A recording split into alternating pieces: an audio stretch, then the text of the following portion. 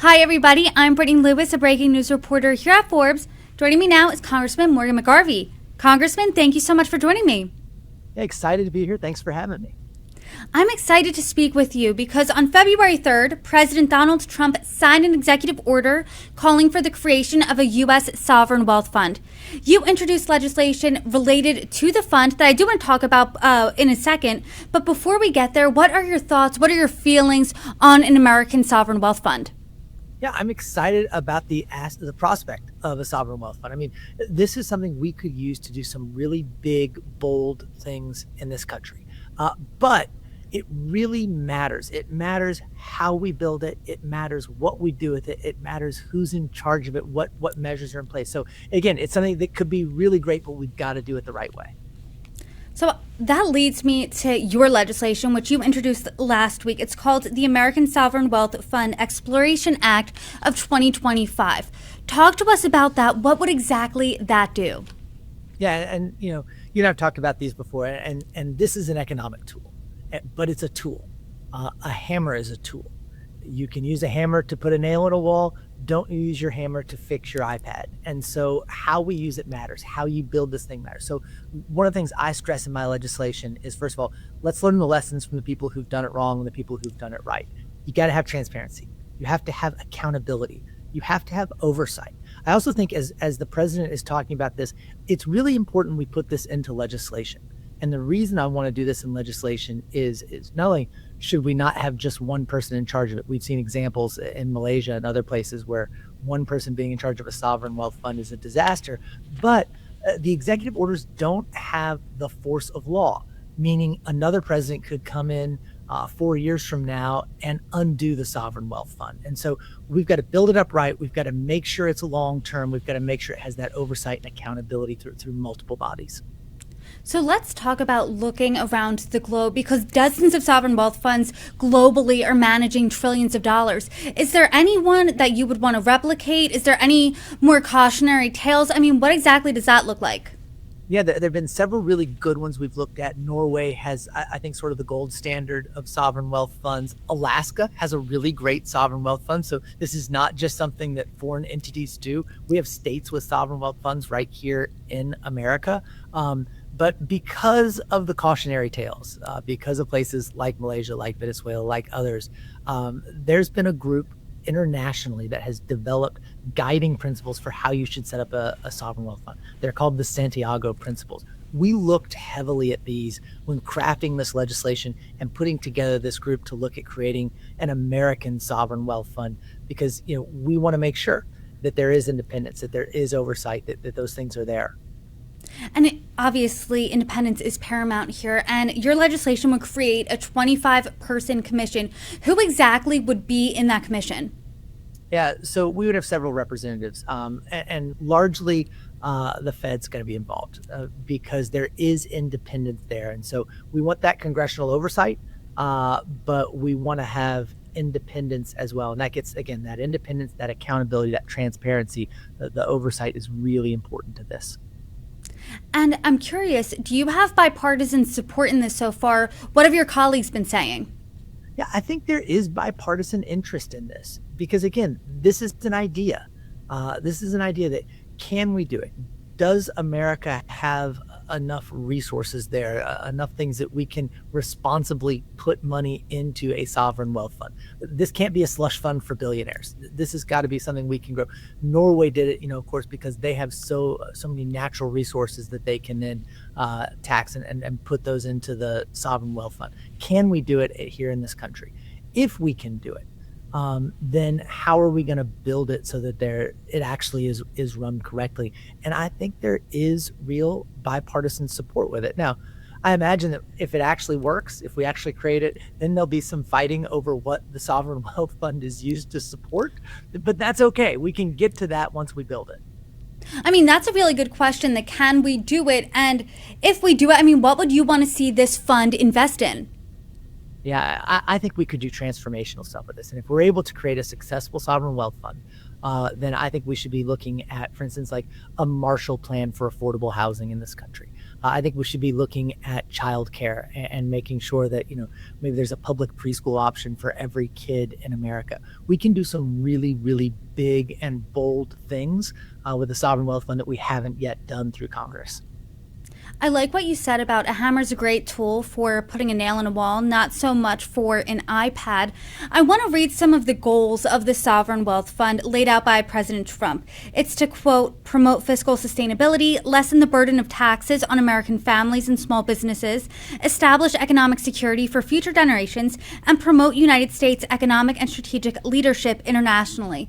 Lofty goals that I'm sure any American could get behind, but how exactly would this do that?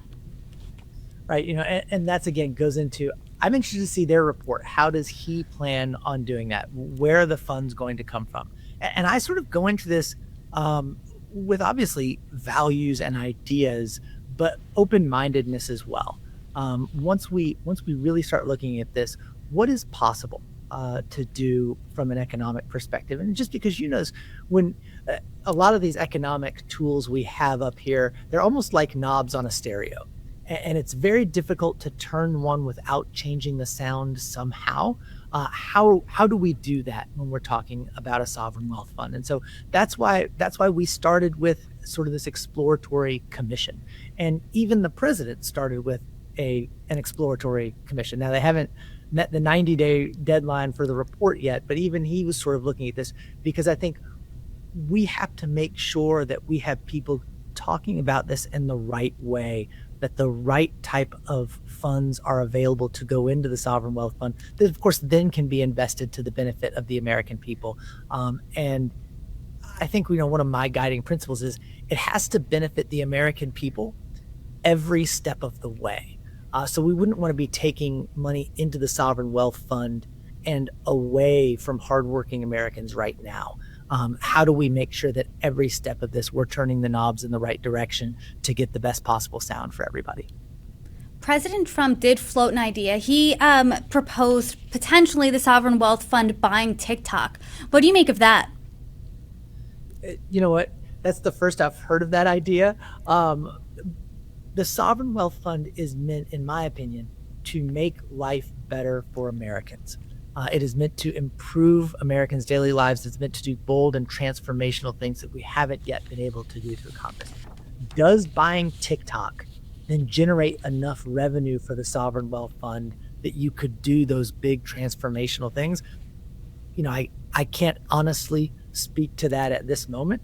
That's why you've got to have the right people in place at a Sovereign Wealth Fund to make these decisions, because that's the other thing. A Sovereign Wealth Fund, again, it's a tool. You don't want to use it incorrectly and potentially making those types of investments in a social media app. How would that work? Have other places tried riskier investments like that potentially before? What did it end up doing? Those are the types of real conversations we need to have, because still it's American assets that are going into the Sovereign Wealth Fund. And it's not always American taxpayer dollars, but often it's American assets going into those, and those still belong to the American people, and they still have to be used responsibly. In President Trump's executive order on this, the Treasury and Commerce secretaries were tasked with coming up with a plan to establish the fund in 90 days. That executive order was signed on February 3rd.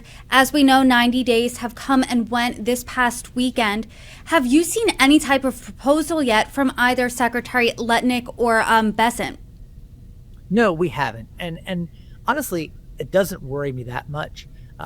I'm a state legislator. I started in the state Senate in Kentucky, where things in state legislatures happen faster than they happen in Washington. So I like the faster pace of getting things done. But I also know that when we're talking about the Sovereign Wealth Fund and how it worked for America, it's hard to do all of that legwork and get a complete report together in 90 days. That is a tight timeline, because it's going to be such a big undertaking if we're able to do it. And remember, the first thing you're studying is the feasibility of it. Once you determine if it's feasible, then how do you do it? So we haven't seen a report yet. Their 90-day timeline has come and gone. I am more than happy to hit the Trump administration on anything they do that's wrong. It doesn't bother me so much that they missed that 90-day reporting deadline. I want to see a complete report. I want to see real data. I want to see real numbers. This should not be a partisan issue.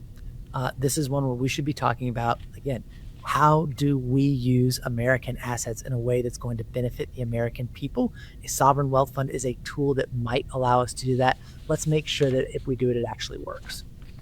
And I know you said you have roots in the state legislature. You like moving at a fast clip. Secretary Besant said that this could be functioning within a year. What do you make of that timeline? Do you think that's too rushed? Do you think that's appropriate? What does that look like? Well, as we get into this, we're not the first country to do it. And there are even states within our own country who have done it. So we are not building this from scratch. I think what we should do is study this completely, do it as fast as we can, get the best information we possibly can. And if we decide it's the right thing to do, then let's go. Let's get it done. And so, I like that. But I think I don't have a problem with the timeline so much as maybe the presumption on the front end that it's absolutely something we need to do. Let's see if this is something we can and should do, if it's going to work for the American people. If it is, let's do it and get it done. And once Secretaries Letnick and Besant come up with that plan, release that proposal, I would love to have you on and talk about it. I do now want to switch gears just for a second and talk about President Trump's released proposed budget plan. It came out last week, and we would see a $163 billion cut in non-defense spending. Some of the places we would see some serious slashes are National Institutes of Health, the IRS, the Environmental Protection Agency, and the Education Department. What do you make of the plan that was released? Yeah, they are going to cut a lot of the basic needs and services that people use every day, not just in Kentucky, but all over this country. Those cuts to the Department of Education could take $1 billion out of the public schools in Kentucky. You didn't even mention Medicaid, which Medicaid is potentially getting massive cuts in this budget, which, look, 46% of the kids in Kentucky have Medicaid as their health insurance. 40% of kids nationally have Medicaid as their health insurance. Let's not talk about cutting health insurance for kids in order to add, and the Senate package had nearly $7 trillion in tax cuts for the absolute wealthiest Americans. I think it's a budget that doesn't have its priorities in line. Let's talk about Medicaid, because that's been the big word, and even Republicans are not happy with potential Medicaid cuts. President Trump has said repeatedly, most recently at a town hall, I believe with News Nation last week, saying entitlements like Medicaid and Social Security won't be touched. Do you believe that? Because, billions and billions of dollars have to be cut here. He's lying, and it's not an issue of anything other than math. You look at the budget they proposed to cut at least $880 billion from the Energy and Commerce Committee. If you take all of the budgets that Energy and Commerce oversee, they have less than $500 billion in spending, unless you talk about Medicaid and Medicare. So there's $880 billion in cuts, less than $500 billion in everything else. So if they zero out the entirety of the budget of everything else they oversee that has to do with, by the way, energy and commerce, think about how big those sectors are, then they have to cut Medicaid or Medicare. Now, they have said repeatedly over and over and over again, they will not touch Medicare.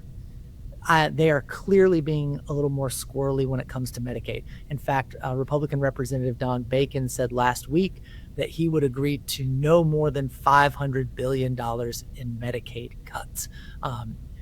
Almost explicit, but certainly implicit in that statement is they are going to cut Medicaid under this budget. Look, I'm on get rid of all waste, fraud, and abuse in government. Get rid of it everywhere. That way we can use more money to help people. There is not $500 billion of waste or fraud in an already underfunded health insurance program, nearly half of which goes to our kids. What are your Republican colleagues saying about this, even privately, because they have constituents that rely on Medicaid? Yeah, look, I think that now the rubber is going to meet the road on this budget, and they are going to have to go home and answer for it. Right now, they're not. Republicans across the country are encouraging their members not to have town halls, not to meet their constituents head on. When they have, you have seen people stand up and say, what's going to happen to my Social Security? What's going to happen to our health insurance? Again, 40% of people nationwide who use Medicaid are children. And so, this is going to be something they have to answer for. Well, as more budget talks continue, I hope you come back on and join me once again. Congressman McGarvey, you are welcome back anytime. Thank you for joining me. No, thanks so much for having me.